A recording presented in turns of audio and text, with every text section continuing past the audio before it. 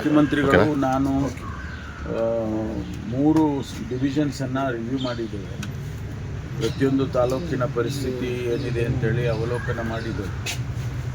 ನಾನು 4-5 ಜಿಲ್ಲೆಗಳನ್ನು ಈಗಾಗಲೇ ನಾನು ರಿವ್ಯೂ ಮಾಡಿದ್ದೇನೆ. ನಮ್ಮ ಜಿಲ್ಲೆಯೂ ಕೂಡ, ತುಮಕೂರು ಜಿಲ್ಲೆಯೂ ಕೂಡ ಪರಿಶೀಲನೆ ಮಾಡಿ ಪರಿಸ್ಥಿತಿಯನ್ನು ಅರ್ಥ ಮಾಡಿಕೊಂಡಿದ್ದೇವೆ.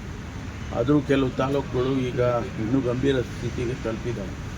ಅದು ಚಿಕ್ಕನಾಯಕನಹಳ್ಳಿ ಇರ್ಬೋದು, ಪಾವಗಡ, ಶಿರಾ, ಅನಂತಗಿರಿ, ಇವೆಲ್ಲ ತಾಲೂಕುಗಳಲ್ಲಿ ಸ್ವಲ್ಪ ಇನ್ನೂ ಹೆಚ್ಚು ಮಳೆ ಆಗಲಿಲ್ಲ. ಹೆಚ್ಚು ಪರಿಸ್ಥಿತಿ ಭಾಳ ಗಂಭೀರವಾಗಿದೆ ಅಂತ ಹೇಳಿ ಅದಕ್ಕೆ ವಿಸಿಟ್ ಮಾಡಬೇಕು ಅಂತೇಳಿ ಹೊರಟಿದ್ದೇನೆ.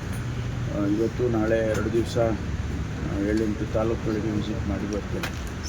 ಇಡೀ ರಾಜ್ಯದಲ್ಲಿ ಕೂಡ ಕೋಸ್ಟಲ್ ಏರಿಯಾಸು ಮತ್ತು ಮಲೆನಾಡಿನ ಕೆಲವು ಭಾಗಗಳು ಬಿಟ್ಟರೆ ಎಲ್ಲ ಕಡೆಯೂ ಗಂಭೀರ ಪರಿಸ್ಥಿತಿಯಲ್ಲೇ ಇದೆ. ಮಳೆ ಏನು ಅಲ್ಲಲ್ಲೇ ಸ್ಪೊರಾಡಿಕ್ ರೈನ್ಸು ಸ್ವಲ್ಪ ಆಗಿದೆ ಬಿಟ್ಟರೆ ಬೇರೆ ಇನ್ನೇನು ಹೆಚ್ಚು ಮಳೆ ಆಗಲಿಲ್ಲ.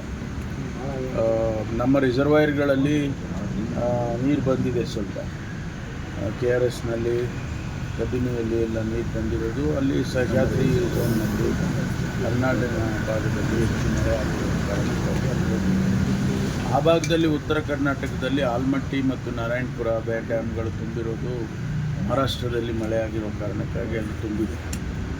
ಅದಷ್ಟೇ ನಮಗೆ ಸಮಾಧಾನ ತರ್ತಕ್ಕಂಥದ್ದು ಬಿಟ್ಟರೆ ಬಯಲು ಪ್ರದೇಶದಲ್ಲಿ ತುಂಬ ಕಷ್ಟದ ಪರಿಸ್ಥಿತಿ ಇದೆ. ಕುಡಿಯೋ ನೀರಿಗೆ ತೊಂದರೆ ಆಗ್ತಿದೆ ಅನ್ನುವಂಥದ್ದು. ಇದನ್ನೆಲ್ಲ ನಾವು ಪರಿಶೀಲನೆ ಮಾಡಿ ಈಗಾಗಲೇ ಅನೇಕ ಸ್ಟೆಪ್ಸ್ಗಳನ್ನು ಕೂಡ ತೊಗೊಂಡಿದ್ದೀವಿ ಮುಖ್ಯಮಂತ್ರಿಗಳು, ನಾನು. ಅದನ್ನು ಈಗ ಸದನದಲ್ಲಿ ಕೂಡ ಬಹುಶಃ ಅದು